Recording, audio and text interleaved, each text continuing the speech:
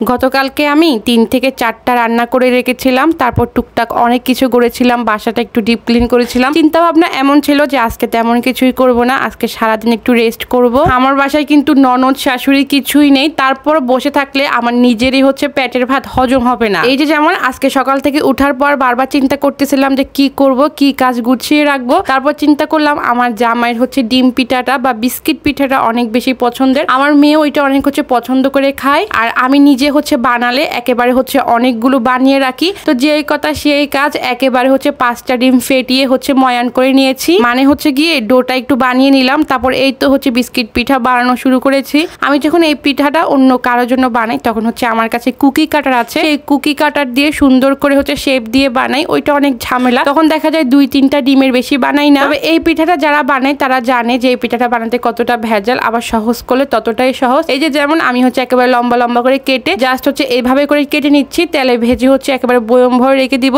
এটা কিন্তু মাসের পর মাস ভালো থাকে, অনেকটা একেবারে বিস্কিট পিঠার মতো। এটার নামও কিন্তু ঠিক তেমনই বিস্কিট পিঠা। যাই হোক, কথা বলতে বলতে বরাবরের মতো কিন্তু আজকে একটা কথা মিস করে ফেলেছি, যেটা কিনা বলা হয়নি। কেমন আছেন আপনারা সবাই অবশ্যই জানাবেন। আমরা আলহামদুলিল্লাহ অনেক ভালো আছি। আজকে কিন্তু নাস্তা খাওয়ার পর থেকে হচ্ছে পিঠা বানানো শুরু করেছি। এই তো এক সাইড দিয়ে হচ্ছে আমি পিঠাগুলো বানিয়ে কেটে কেটে দিচ্ছিলাম, আর আপনাদের ভাইয়া হচ্ছে ভেজে নিচ্ছিল। এই পিঠাগুলো ভাজতে না একটু সময় লাগে, চুলাটা হচ্ছে একেবারে লোতে রেখে নেড়ে চেড়ে হচ্ছে ভালো করে ভেজে নিলে এই পিঠাটা একেবারে মচমচা হয়ে যায় বিস্কিটের মতো।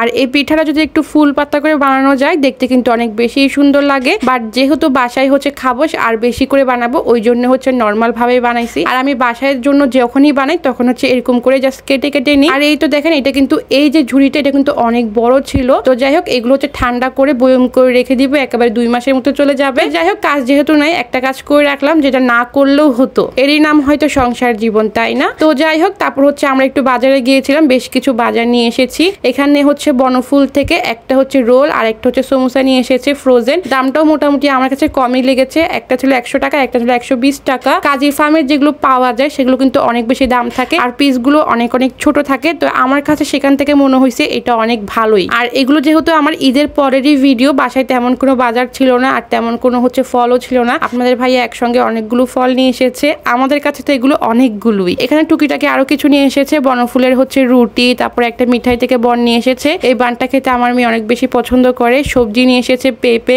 বিরিয়ানির চাল, বডি ওয়াশ, মেয়ের জন্য টুথপেস্ট, ব্রাশ, আর এই চকলেটটাও হচ্ছে মেয়ের জন্য নিয়ে আসা হয়েছে। আর ওখানে হচ্ছে বাজার একটা দোকানে এই ভাজাগুলো বিক্রি করে, যে দোকান থেকে হচ্ছে ভুট্টাগুলো নিয়ে এসেছে। এই মিক্স যে ভাজাটা এটা আমার অনেক বেশি পছন্দের। আচ্ছা, বড় একটা কাঁঠালও নিয়ে আসছে আর কি। আর এই তো 1 প্যাকেট বিস্কিট। এই তো মোটামুটি এইগুলো বাজারে কিন্তু আমরা 3 জনে গিয়ে হচ্ছে করে আনছি। তো যাই হোক, এই ছিল আজকের ভিডিও, রান্না বাড়া ছাড়া। তারপর তো পিঠা বানানো ছিলই। কার কাছে কেমন লেগেছে অবশ্যই জানাবেন। সবাই অনেক অনেক ভালো থাকবেন, আমাদের জন্য দোয়া করবেন। আসসালামু আলাইকুম, আল্লাহ হাফেজ।